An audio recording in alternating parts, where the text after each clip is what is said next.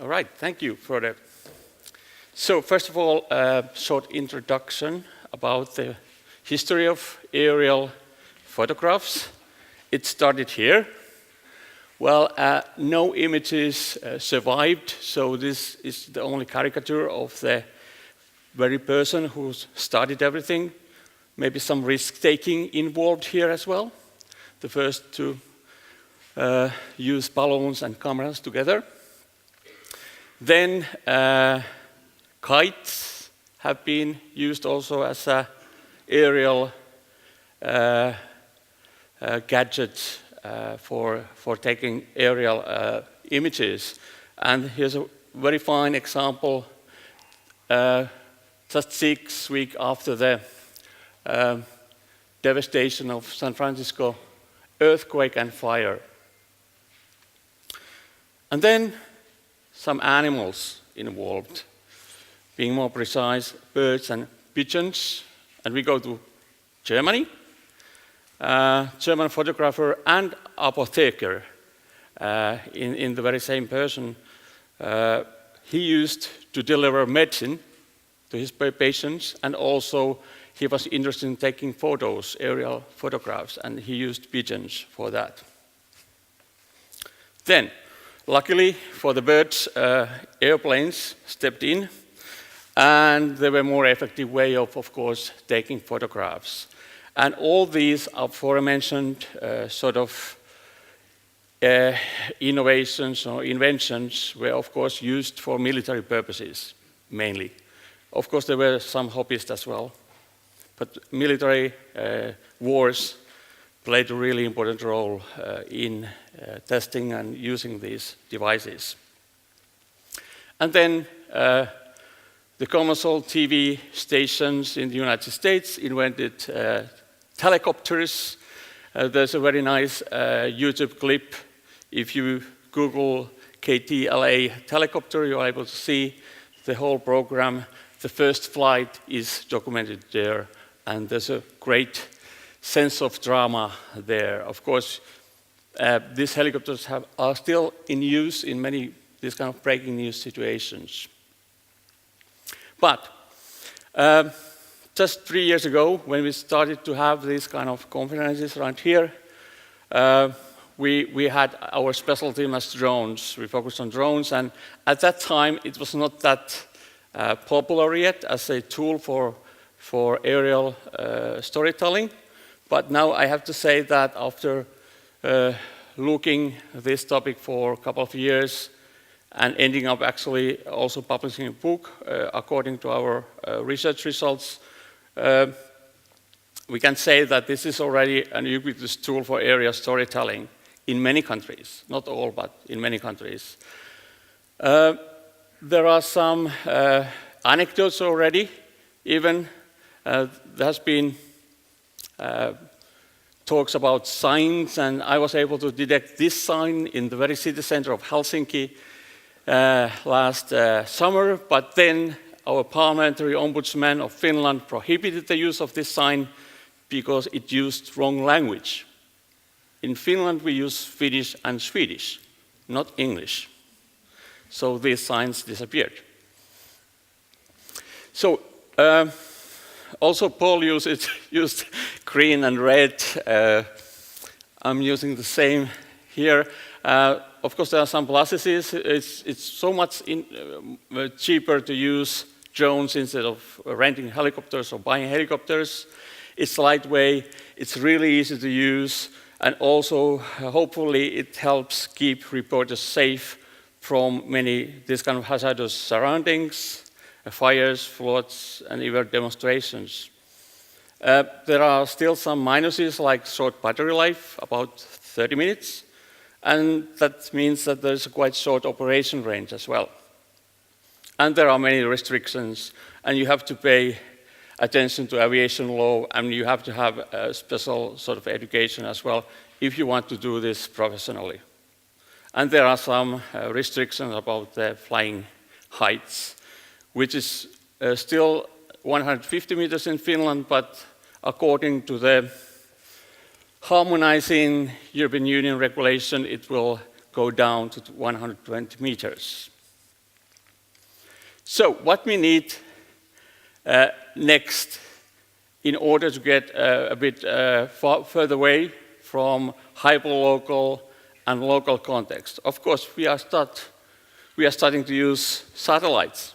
There are plenty of those already there, and they are sending more almost in daily basis. So, I think we can start talking about satellite journalism. That's the use of satellite images and videos for journalism. And there are already a couple of those pioneering companies. The Planet, the headquarters is in Silicon Valley in San Francisco. They are sending these miniaturized satellites to the air, to the sky, which are constantly scanning the surface of the Earth. And they are like toaster-sized, so they are really, really small comparing to those we are used to see. And satellite images have already been used by many news media, especially in Anglo-American countries. The New York Times, Washington Post, BBC, Financial Times, for example, they have a special agreement with Planet, so they are able to get for free, quite quickly, these kind of images. Also, other media outlets can make, or even individual journalists can make these kind of arrangements with these providers. It will take 1 or 2 days to acquire these images, but still, it's possible already for many others as well. Mark Corcoran is one of those pioneers. He's an Australian TV reporter and documentarist, and he just recently made a report to Reuters Institute at Oxford calling satellite journalism the big picture. And one of the sort of the key sentences of that report is that the key to satellite journalism is the quality of the image. So, as you can see from here, if it's blurred, you hardly can use it for journalistic purposes. But if it's sharp enough, you can see very detailed images, even individual persons. So here is our map according to the Reporters Sans Frontiers. The Press Freedom Index, we are happy to be in that wonderful corner of the world, that there is this thing called World Press Freedom. Then there are many other bigger areas in the world that you are hardly able to understand what's happening there. So I think satellite especially are helping to us understand what's happening in the world. Also in those areas which are not that easy for journalists to work. So Bellingcat, the UK-based crowdsourcing kind of investigative reporting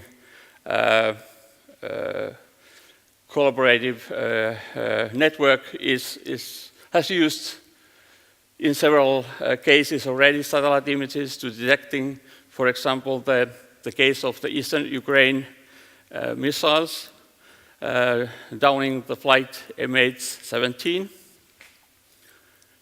Then if you want to see what's happening in North Korea, I think it's much easier to just use the satellite images than just applying visa to those countries, places. Also, for example, seeing this kind of hazardous environments like the lava flowing from Hawaii's Kilo volcano, which started to threaten the areas. You can see the volcano in orange, and actually the red color means that's a healthy vegetation.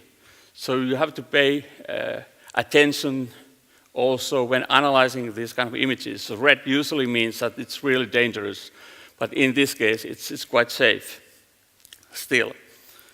Also, of course, there is the problem with clouds, especially in Nordic countries. There's very often days that you have plenty of clouds, so the satellite imagery doesn't work that well here. But you can use special cameras like shortwave infrared ones, and then you can erase easily the cloud barrier. There are already several cases where satellite images were used for investigative reporting stories, in this case about slave fishing boats.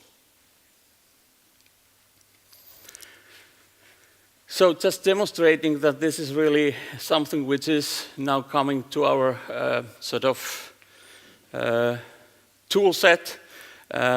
Global Editors Network's annual Data Terms Awards is a very good showplace where you can see where the best in this craft are heading. And this was awarded actually last year. It's a story by Reuters, Life in the Camps, and it starts actually with drone footage showing what's happening in these camps. And then I'm just trying to scroll it down. Perhaps it works. You can see that you can start with drone images, then you can also use satellite images to showing how large areas these refugee camps are. Also adding more data layers.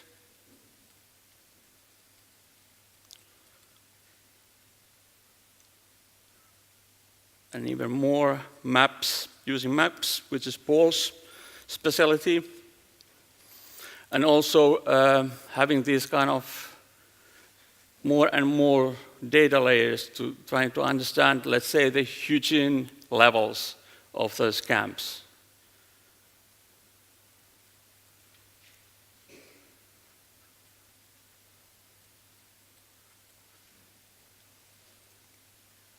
And of course, some ground level reporting as well.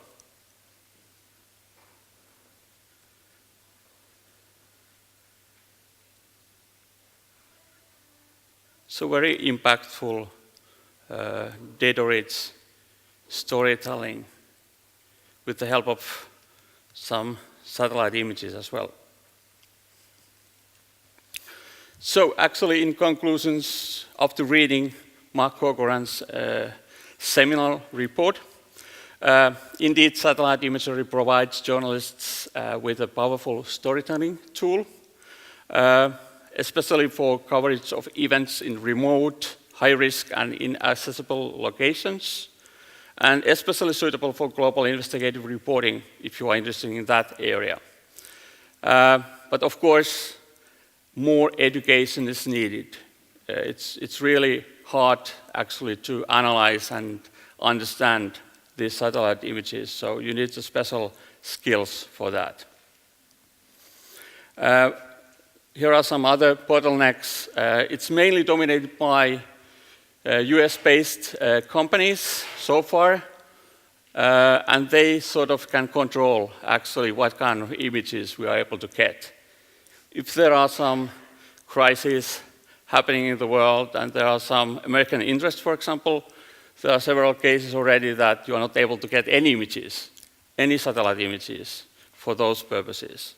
So I think there's a need to, let's say, have a European wide of collaboration or something to put some more competition in the space.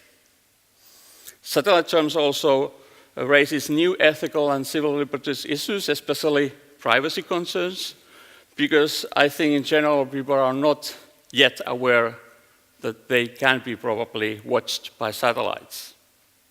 There are no signs that, watch out, satellites are looking for you. And there are already, according to the experts, we can see that there's the next phase of these satellite jumps will be videos, and especially live videos. In 5-10 years, we are able to get live video feeds from satellites. Thank you.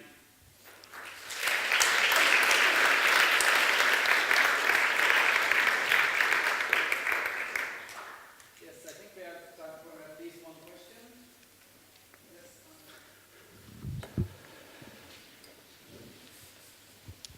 Hi, hello, my name is Linda Kronman. I'm in the machine vision project here in the university. I've been looking into the company Planet, and they have this vision of the queryable Earth, so that they want to boost the satellite images with object tracking neural networks to be able to extract all kind of data out of their images. What do you think about this like future vision, which is quite near, I think?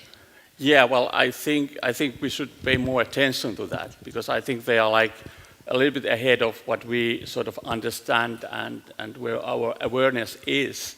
So I think it's possible that they are creating even more different kind of services. And I think one sort of sign that they are indeed able to create new businesses is that they are giving these images for free for news media. So it's not a business model for them. It's like sort of giving away for free. So there are possible other paying customers, but we are not aware of those. Yeah, thanks.